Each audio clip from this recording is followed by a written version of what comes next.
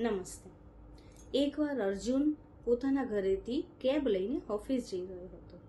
મોડો પડવાના કારણે કાયમ તેને ઘાંટા સાંભળવાના આવતા હતા.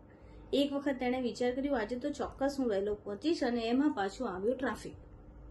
ટ્રાફિકમાં ખૂબ ફસાઈ ગયો. કેબવાળાને કહે છે, હોર્ન મારો, આગળ જવા દો, આગળ જવા દો. પણ આગળ જાય તેવું વાહનની કોઈ શક્યતા જ નથી. છેલ્લે કંટાળે છે, આજુબાજુ નજર નાખે છે.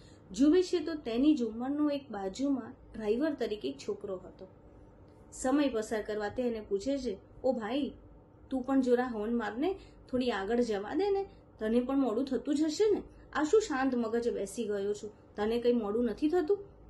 આટલું બધું ઉકળાટમાં એ બોલ્યો ત્યારે પેલાએ શાંતિથી તેની સામે એક નજર ફેરવીને કીધું, ભાઈ, મને પણ તારા જેટલી જ ઉતાવળ છે, પણ આ વાહન અહીંયાથી આગળ જઈ શકે એવી શક્યતા જ નથી. તો શું કરવા પોતાના હૈયા બળાપો કરવો? એના કરતાં એ જ સમયે મારી અંદર શરીરમાં જે પ્રતિક્રિયા ચાલી રહી છે ને, હું એના પર ઓબ્ઝર્વેશન કરી રહ્યો છું. મિત્રો, આપણી સાથે પણ ઘણીવાર એવું થાય છે કે આપણે જીવનમાં એટલા બધા ઉલઝાઈ જઈએ છીએ કે આપણને એવું થાય છે કે સામેવાળાનો જ વાંક છે. આ ટ્રાફિકના લીધે હું મોડો પડી જઈશ, હું આમ કરીશ, હું તેમ કરીશ. બહારનાને સમજાયા વગર પોતાની જાતને થોડું રિલેક્સેશન આપીએ, પોતાની જાતને થોડી સ્થિરતા આપીએ, થોડુંક શાંત કરીએ.